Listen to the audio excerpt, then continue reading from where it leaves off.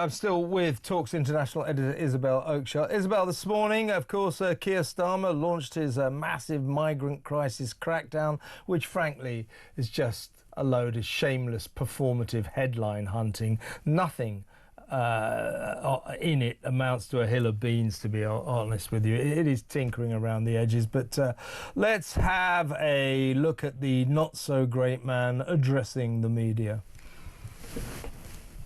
Today we publish a white paper on immigration, a strategy absolutely central to my plan for change that will finally take back control of our borders and close the book on a squalid chapter for our politics, our economy and our country. Now, make no mistake, this plan means migration will fall. That's a promise. But I want to be very clear on this. If we do need to take further steps, if we do need to do more to release pressure on housing and our public services, then mark my words, we will. Also, Isabel, in this confrontation, this encounter with the national press at Downing Street today, Starmer denied that this initiative had anything to do with Reform UK's success at the local elections and at the Runcorn by-election. I mean, he really should grow up in that respect. Even a little kid is not going to believe that barefaced lie, are they? He's just so bad, isn't he? Yes, it's pathetic.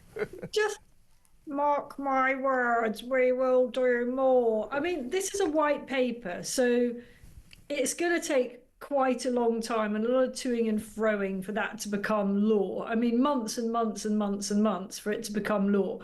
And its overarching objective is simply vaguely to bring migration down. That's it. It's nothing stronger than that. There's no commitments. There's no kind of specific ambition set. Nothing that we can measure him on by his own utterances. You know, he's not prepared to say, I will bring this down to 100,000 a year or 200,000 a year.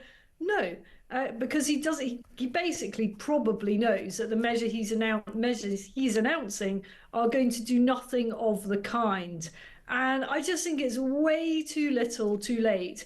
And the spectacle this evening of a bunch of lefties frothing at the mouth over it is all too convenient for Downing Street, I can't help thinking. It wouldn't surprise me at all if that reaction from the left has been orchestrated by Number 10 to make it look as if they're doing something really tough, to make it look as if they're prepared to take the fight against the left wing of their party. And actually, he's really not saying anything that should upset the left at all, because it's not going to count for anything. Exactly right. And I take your point. It's an interesting theory, but I think it's too clever for a dim old Keir Starmer. He's not clever enough for that. But you may be right. I mean, here's the thing. You know, he says, I'm not even thinking about Nigel Farage, and then goes, we're going to take back control. He nicks Nigel Farage's Brexit slogan.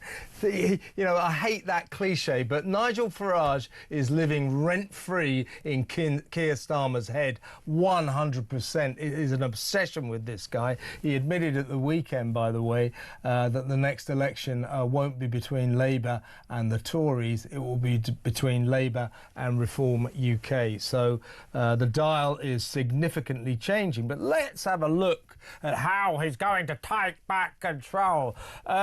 He says this plan means migration will fall. No, it doesn't. That's a promise. We will create an immigration system that is controlled, selective and fair.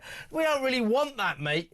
We want you to stop immigration. We've had enough of all that. So, but here's the thing. His big announcement is law-breaking asylum seekers. From now on, big deal. You don't have to go to jail to be at risk of deportation. In the past, absurdly, asylum seekers could break the law to their heart's content, do what the hell they liked, as long as they didn't go to jail. And then their asylum status would never be challenged. Then they could go to jail. quite often and still not be deported, which was ridiculous. Even paedophiles and rapists, people like that, were not being deported after their jail sentences. So the system was bizarre in its leniency. But here's the thing. They've changed it now. Law-breaking asylum seekers no longer have to wait until they're in jail to endure the outside possibility of being deported. Now, Keir triumphantly announced, they can be deported for any crime, except for the crime of illegally breaking into Britain. If you're not going to deport people for that, if you're not going to prosecute people for illegally breaking into this country, every other measure you announce is meaningless, right? Completely. What he should have stood up today and said is, I am aiming for net zero immigration. I am aiming for no extra people at all. Every year, lots of people leave the UK, and frankly, more than ever at the moment, thanks to his regime. So that allows still some to come in, the type of people that we want and need, very bright and highly qualified people that are going to be net contributors. And that should be quite enough. And if he'd said that, it would have absolutely been game-changing for him and his party. So why won't he say it? Because he knows he can't deliver it, and he knows his heart isn't in it, basically. This is a guy who openly campaigned to maintain freedom of movement, who has evangelized about the benefits of free movement of people. And, are we really to believe that he's changed his mind so dramatically? Yeah, it's a very foolish thing for him to do. Don't panic in politics. It always ends badly. Here he is blatantly panicking because of Reform UK. Migrant crackdown. It's not a crackdown. There's nothing to it. A load of old vague nonsense about you won't be able to stay unless you can speak English properly. A lot of commentators, including me, saying, well, I can't speak English properly, and never mind the migrants. So that's nonsense. Who's going to test that? Are we really going to have people going around the country? Now, you've been here 4 months. Let's have a listen to your English. That's not going to happen, is it? That is absolute rubbish. Also, they're saying, oh, well, if you want to be a carer from now on, you've got to have a university degree. I think that's just obstructive and stupid. It's just tinkering around the edges. Now, let's talk about what isn't in his new initiative, what he didn't announce today, and that's this. No cap on migrant numbers. No deterrence, no leaving the European Convention on Human Rights, and no plan to stop the boats. Therefore, no chance of remotely succeeding, right? Absolutely right. He had that moment where he was asked, are you going to leave the ECHR? And the answer was no. And he came up with some nonsense about how if we left the ECHR, then we wouldn't be able to do any bilateral agreements with anyone, and we'd be kind of effectively outcasts internationally and so on.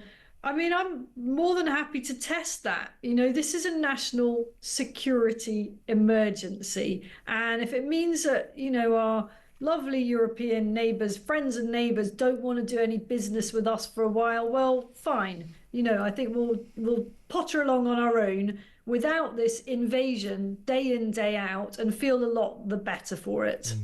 Last couple of points. I mean, if people, I can see that my audience have been analysing this all day, and they've come down on the side of nothing to see here. This was a load of headline hunting nonsense. It seriously was.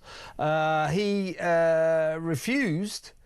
This is talking about legal immigration, which is a massive problem. We've been letting in the best part of 1 million every year with the new Indian trade deal, which will allow Indian workers to come and work here without paying national insurance. That number's going to go up significantly, but we've been letting in about 1 million a year, which is ridiculous. This country, 79 million people in this country already. It is full. We cannot handle any more.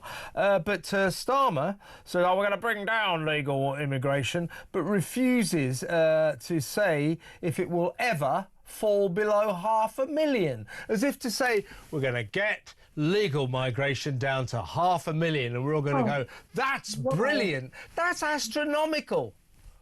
It is absolutely astronomical, that figure. I mean, on no planet is that an acceptable, realistic, sustainable, reasonable figure for the UK, because we simply don't have the infrastructure. Now, there are countries that have a plan to expand. They have a vision. They've got a whole system set up for the planned expansion of their area, and they plan the schools and they plan the roads and they plan the hospitals and all of that, and they increase their populations incrementally according to the infrastructure that they're creating at the same time, and crucially, housing. I mean, where are these people going to go? Angela Rayner's basically as good as admitted she can't possibly create the, what was it, 1.5 million homes that they promised. She wants Angela now, because she's into net zero as well, she wants to put solar panels on the roofs of the 1.5 million houses she will not build. I mean, maybe she's only just realising that councils up and down Britain are still in the dark ages when it comes to planning applications and consents. It takes years to get a handful of houses across the line in most areas. So this isn't happening. So where are these 500,000 people going to go? And that's just the legal people, never mind the however many has arrived today, 600, 700. Well, we don't know yet, but we were hearing it's over 600 already. That's probably 2 more migrant hotels that are needed, or another 250 private houses. It's mad. Bear in mind that each one of those 600, 650, 700 or however many it was that came over today will cost all of us £40,000 a year each. Each one of them will cost us £40,000. So today, millions worth came over. So good, isn't it? But we've got to move on, Isabel, but I've got to catch you on one last point to do with Starmer's initiative. I caught some of the press conference, and I don't know, I might be being unfair on the political press lobby that were interrogating our Prime Minister with their usual fervour, but I didn't hear anyone saying, isn't your new crackdown initiative an inherent admission that your smash the gang strategy has not worked? You wouldn't need this initiative if they'd smashed the gangs, wouldn't you? Well, he would have said, no, well, this is about legal migration, is what his answer would be to that, because he's got no answer on the smashing the gangs. It hasn't worked, but he continues to say it, hoping that somehow we'll believe it. Honestly, it's pathetic. Not a single gang smashed. They've given the Border Security Command something like 275 million quid for state-of-the-art, cutting-edge, high-tech equipment to catch the gangs. Gangs, they have caught none. Not a single one. Nada. Zero. Nothing. It's pathetic. It is so pathetic.